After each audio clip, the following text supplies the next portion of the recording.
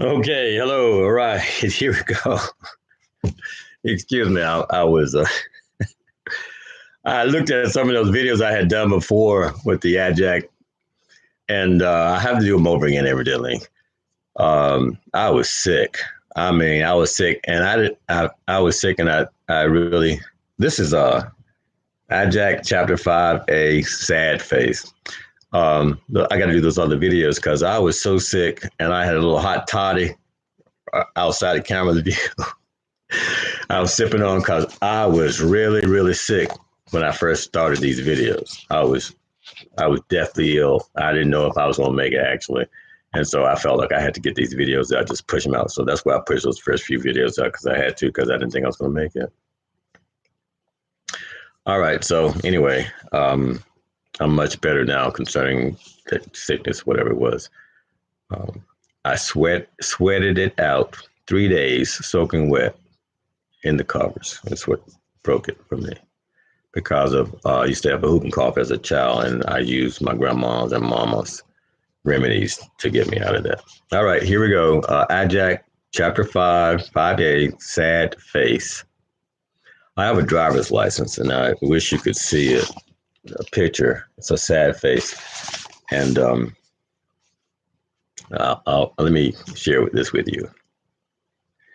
Unbeknownst to me, unbeknownst to me, I was walking around work with a face of depression. Not just work, everywhere. I looked like a pitiful puppy. I mean, I was really sad. I was crushed. I'm a person who have a tender heart. I'm a tender-hearted person, and things hurt me. Like a lot of things hurt me that shouldn't hurt other folk, or won't hurt other folk, but it hurt me.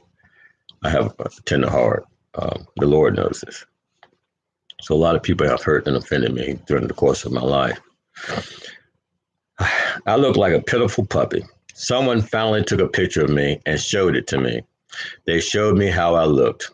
I was shocked. I could not believe that I was wearing a sad face all the time, walking around looking sad, just pitiful. Sadder than when you see me looking bad and it looks kind of sad. That's depression. That's a depression thing trying to attack me. But yeah, I looked really, really bad. I got the driver's license picture. I was walking around looking just pitiful, sad, just pitiful. The man who took the picture said, "Anthony, brother, this is how you are walking around here looking. You need help." I was shocked. This was at work at the Fed. I said, due to the workplace stress, sometimes before that, I was stricken with irritable bowel syndrome. Now, I hadn't got diagnosed with irritable bowel syndrome, but I got everything that says that I have it. Okay. For years. I know now that it was irritable bowel syndrome, but then I did not know what was going on with me. I was having issues. Okay. Irritable bowel wasn't the issue. Okay. That was just a result of the issue, byproduct of the issues, which a lot of people's diseases, they're byproduct of issues. Okay. All I knew is that I was having problems with eating specific foods, digesting foods, gastrointestinal issues with eating and digestion. I slowly began to lose weight. Calamity was visiting me, dining with me, sleeping with me, and I didn't even know it.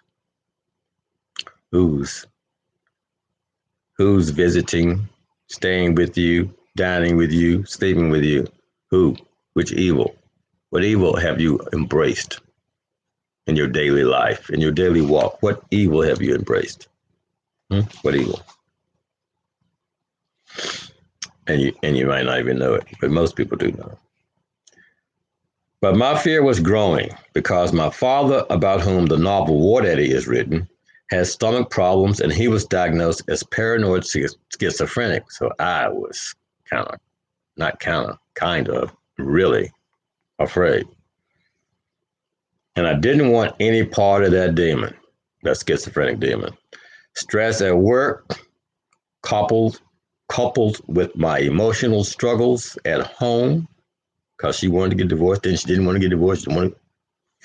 at work could only exacerbate the propensity for me to have a schizophrenic episode. And when I started doing research on that, let me tell you, there are three factors that'll send you right over that hump and become that schizophrenic person. My father fell right into that category, big time, head first. And the DSM, that's the Bible for mental illness and stuff. Before I saw the sad face picture, other things were happening to me. Now, let me tell you, before I move past this sharp face picture, sad face picture, what really did it for me concerning the sad face, it wasn't that brother's comment because I kept on moving. It was when I went to the grocery store, and I thought it would be in here, maybe not. But when I went to the grocery store, a stranger, black woman, walked up to me and said, "Listen, I know you don't know me, but you look bad. You look, it's frightening how you look. You look like you're about to kill yourself, about to die. You got to get some help, man." A stranger walked up to me and said, "You got to get some help." I'm like, oh my God. That did it for me. I went to the doctor. Before I saw the sad face picture, other things were happening to me. I was having sharp moving pains in my arms and legs. Yes, good God Almighty. I had never experienced anything like that and don't want to anymore, ever. But I had it wasn't like a pinprick, but it was like a knife, and not a knife jab and pull, but just a knife. And it would move down my arm or leg. Oh God, it was awful. It was awful. Yeah, I was having sharp moving pains in my arms and legs. The pain would start in one place sharply, then move 6 inches to a foot and down to my arm and leg. Yep. The pain would stop me in my tracks. I was also experiencing pinprick pain in my eyes, which I had one last week. That hurts. It's like a pinprick in your eye. One eye at a time, the sharp, blinding pinprick. Another thing started to happen. There would be an irritation in my eye, which I imagined to be lint, a wild eyelash or cold, mucus in my eye. I would try to dig it out, but what I thought was cold or simple irritant was actually a small blood vessel knotted up on the surface of my eye. What happens when you watch TV too much? Mostly not TV, but computers, or you're straining your eyes on computers a long time on computer screen. Then you get those kind of stress, physicalities, I should say. I was beginning not to be able to focus on work on my computer. I was losing focus, not physical eye focus, with my vision, but the ability to mentally focus on the work before me. In the afternoon at work, I was having a difficult time getting things done. It was beginning to be more and more difficult to hold focus, just to be there, just to hold. Not just at work with work assignments, but at home too. I mean, I couldn't get things done. And so when you see me not putting videos up here, that thing is attacking me, trying to keep me from getting things done. Just cause it left don't mean it ain't going to try to come back. Anything that left you, don't think it ain't trying to come back. Do you hear me? I hope you hear me.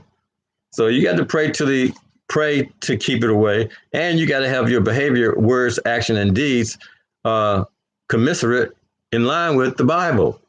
It's over there on the table. All right, so it's coming home. It was becoming a task to keep my concentration or attention on anything for short periods of time. I thought I might have AIDS. I mean, I didn't know what was going on. I didn't know what was going on with my life. All of a sudden, my life was unraveling out of nowhere. It seemed my life was doing a nosedive out of a perfectly good airplane.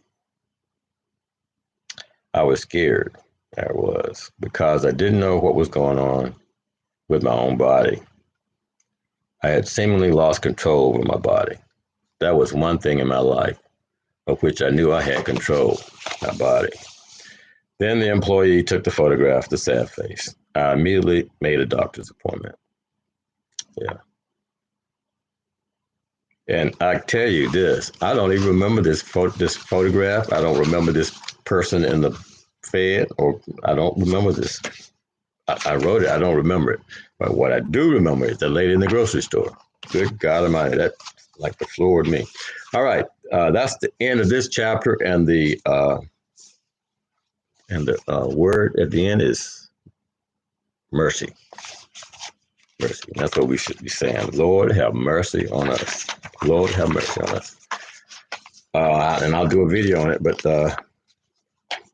I've been really, really concerned for Christians because, and I'll do a video on this, because we Christians have allowed the apostate church to show up, to come into existence, to show up, and to have political dominion. Well, not dominion. It did have last 4 years ago. It had dominion, but I figured out what was going on. It was Baal, so I had to deal with that. Once I started targeting Baal with my prayers, I cut that crap up. Now I got to deal with Moloch, Baal, and you too, in prayer concerning America and the world. All right, gotta go. There's McCall. God bless you. I love you. Thank God for you. In Jesus' name, amen.